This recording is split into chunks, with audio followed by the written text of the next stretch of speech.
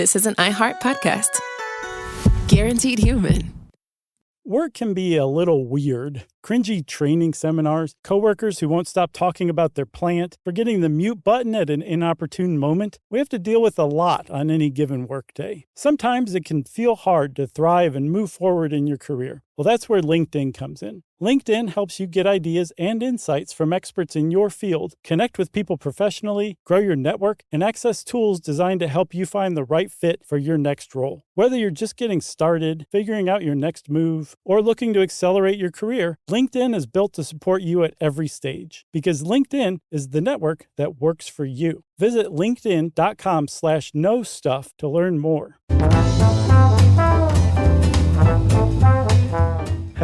Hey, yeah, it's Josh and Chuck and Jerry here too, and this is Short Stuff.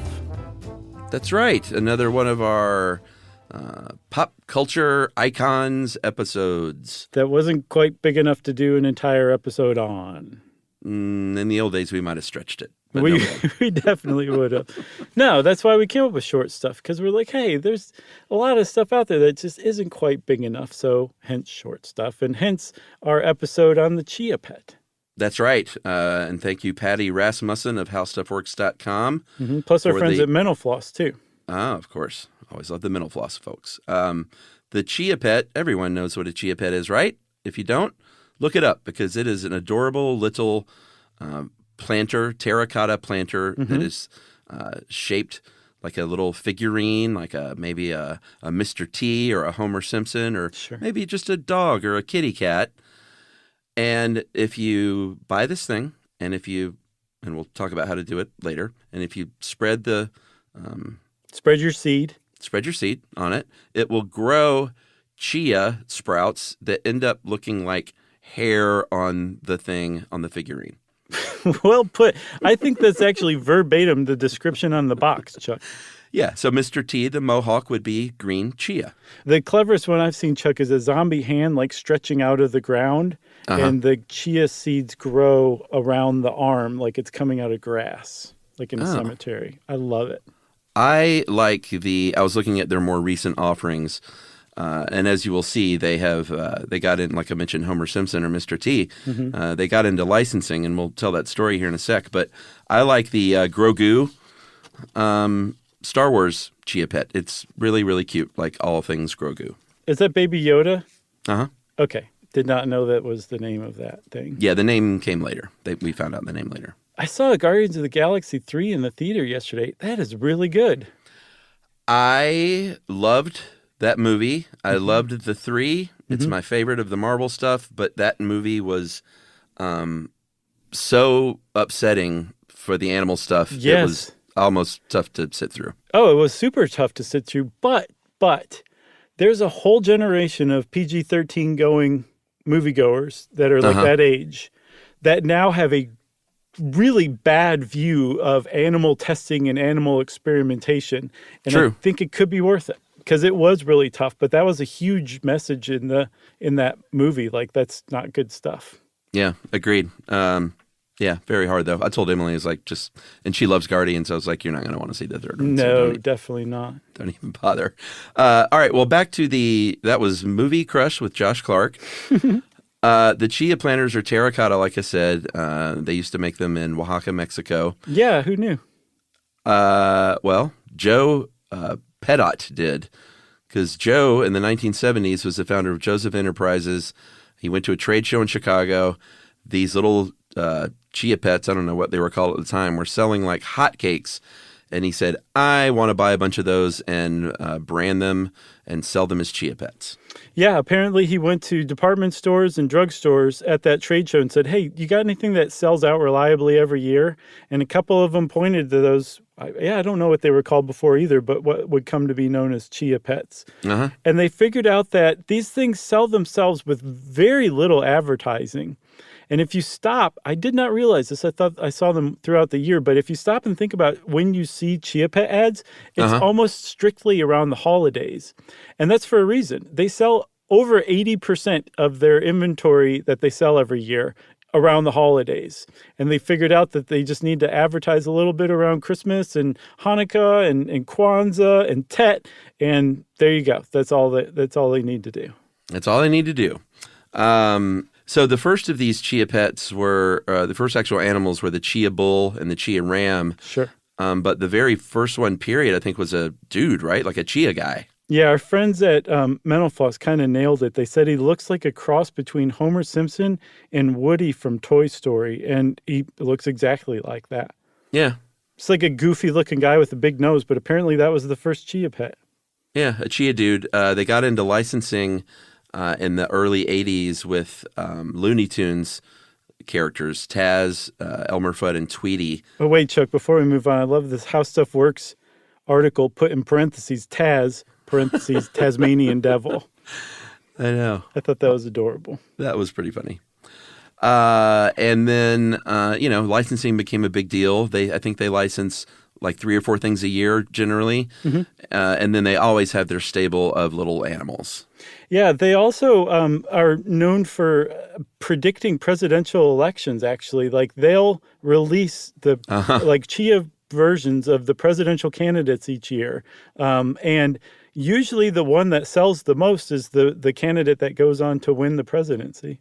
Yeah. It's Isn't that interesting? Yeah. I think there's a few little weird cultural predictors like that. Yeah, like isn't there an octopus that can predict the World Cup?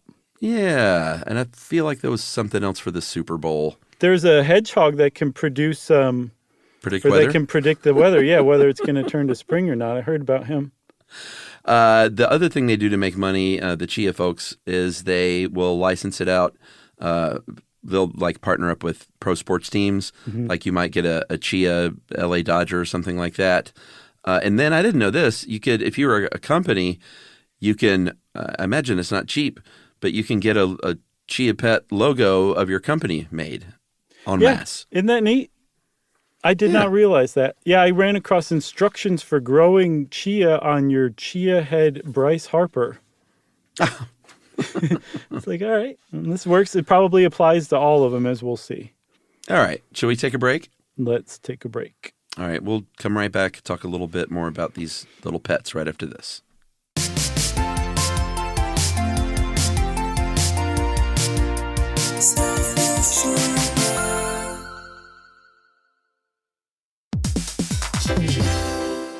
We've all had the experience of calling a business and just wanting to talk to a real person. Not an automated voice pretending to be human, an actual person who can listen and understand and offer help. That's exactly what you can do with Ruby. Ruby is the virtual receptionist company that takes care of your callers when you're unavailable in the middle of something or simply don't want to pick up. That's right. They can answer, screen, transfer calls. They can take messages, collect payments, book appointments, and more, all while making the people you serve feel special. And best of all, it can help you be more productive. For example, 9 out of 10 lawyers who use Ruby log more billable hours per day than the national average. And other professionals like plumbers and technicians win more customers while being able to stay focused on the job. But whatever kind of small business you run, Ruby is built to save you time, earn you more customers or clients, and make meaningful connections with the people you serve. It's available 24/7, 365 days a year, and 100% based in the U.S. See why more than 15,000 small businesses use Ruby. Visit ruby.com or better yet, call them at 844-900-RUBY. The springtime thaw is finally here. Flowers are blooming, days are longer. We're saying yes to more plans and finally getting outside, running, walking, just moving again. It's the perfect time to upgrade your everyday go-tos with Bombas. Take Bombas Sport Socks. They're super comfortable and designed with sport-specific tech for running, cycling, yoga, hiking, you name it. I use them to run in, and I can tell you they work beautifully. So head over to bombas.com and use code SYSK for 20% off your first purchase. That's BOMBAS.com, code SYSK at checkout.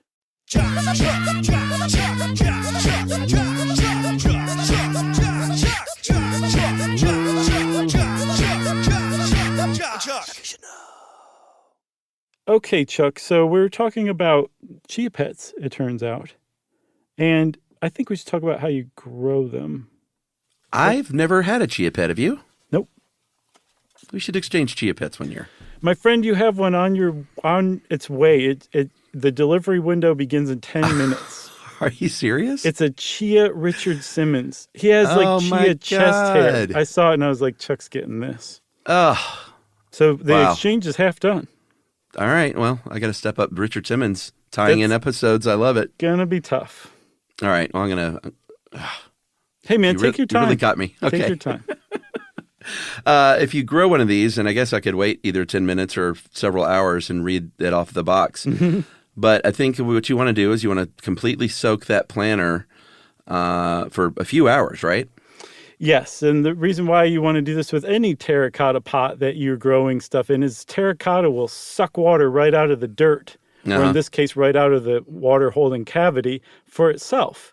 And it pulls it away from the plants that need it. Whereas if you soak it, it's like, okay, I'm satiated.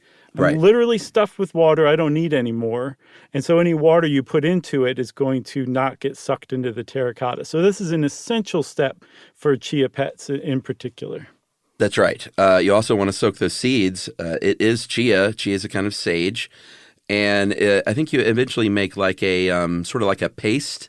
And you spread that paste on there. I've seen them talk about like rubber spatulas and things like that, but I would just use my fingies if I was doing. And when I do my Richard Simmons, I'm going to do my fingies, use my fingies. Okay, good. But Chuck, do not lick your fingers afterwards. These are chia seeds, and people eat chia seeds. I put chia seeds in my smoothies because they're full of omega-3. Yeah. Although I was disappointed to find there's not a lot of studies that show conclusively that we get that omega-3 from the chia seeds. But anyway, these particular chia seeds are not grown for human consumption. They're grown to grow on your chia pet.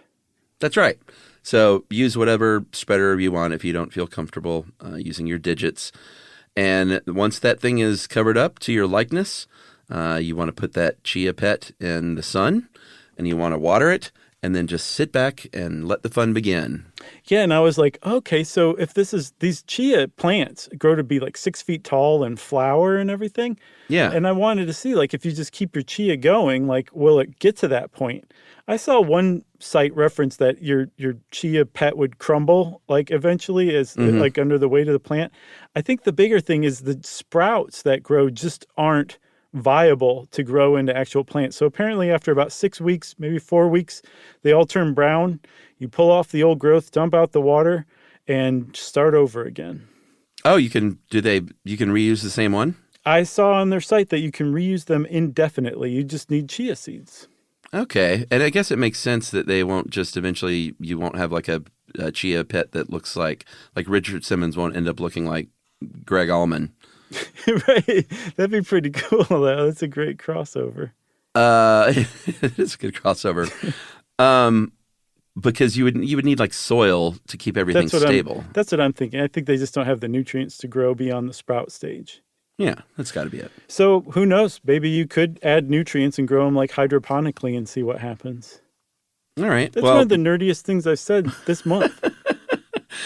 Regardless, chias have become very, very popular over the years. They are, like I said, sort of an iconic, fun gift that you can get someone, so much so that the Smithsonian National Museum of American History requested, and I assume received, some of this stuff from the Joseph Company. Yeah, in particular the advertising tapes, because that's one of the reasons chia pets were so huge. Somebody either at an advertising meeting or at a bar one night said chia, and apparently Joe Perdot said, "That's perfect. I'm going to turn that into the jingle."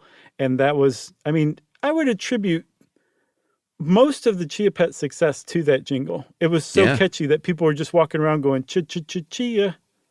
Were they really? All of my friends were. Up in Ohio. I guess that's Ohio, though. That is Ohio. And that's kind of it. I mean, they're in like I said, the Smithsonian, and I think they're in a time capsule in New York City that's going to be unearthed in 3000, the year 3000. In the year 3000. Very nice. God, what a great bit that was. So, it's one of those things. If you're going to include it in the Smithsonian and in a time capsule, then it has done its job as far as a cultural staple. Absolutely. So hats off to you, chia pets. We love you. That's right. And I will, I promise I will I will do an Instagram series following the growth of my Richard Simmons. Oh, great idea. Fantastic. At what? Chuck the Podcaster? Chuck the Podcaster. Great handle. So again, hats off to you, Chia Pets. We love you. Wait, you have to say short stuff? I'll say it then. Short stuff is out. Stuff You Should Know is a production of iHeartRadio. For more podcasts from iHeartRadio, visit the iHeartRadio app, Apple Podcasts, or wherever you listen to your favorite shows.